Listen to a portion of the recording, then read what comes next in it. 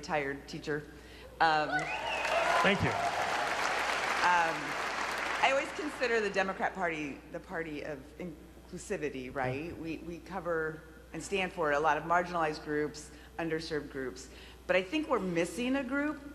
My best job I ever had is as a mom. And so I have a 21-year-old son.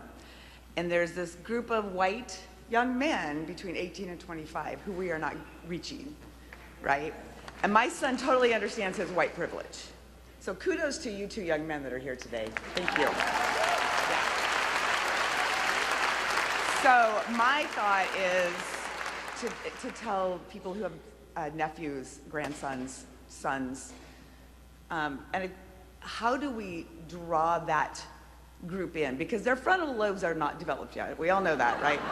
And so some of the Trumpism stuff, they think is cool or funny. So how do we get that group of young men to feel like they belong to the Democratic Party? Because I feel like that's one of the groups that we do not reach out to enough. Yeah. Well,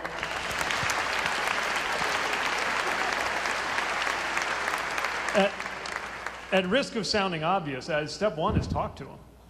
And those conversations need to happen. A lot of them are online. A lot of these, I taught a day a week. I was at the University of Chicago this spring.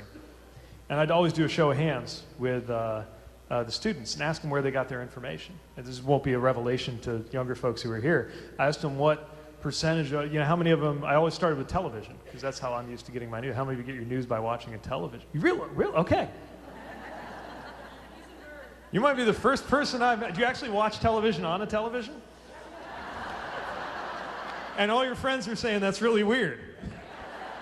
It's like retro. It's going to be like vinyl. So watching television to this generation is like vinyl. Mr. Secretary, thank you very much. We have time for one more question. Okay. Well, then, just to finish the thought, and then I'll take one more. Thank you, gentlemen. They really keep you squared away, these Army types. We got to be talking to folks where they are. That's why I'm going on these podcasts. The 3-hour podcast was not on my bingo card until a few weeks ago. Going to be doing more of those, but also, again, speak to how everyday life is going to be different. If it just looks like a show or a game, then you go with whoever's cooler, whoever looks like they have more swagger sometimes. And that's something that happens when you reduce politics to a kind of a death match, wrestling death match. That's what it's become. We do better than that. But we have to have that conversation and have something to offer besides just these guys are no good, even though these guys are no good. Yes. No pressure. The last question.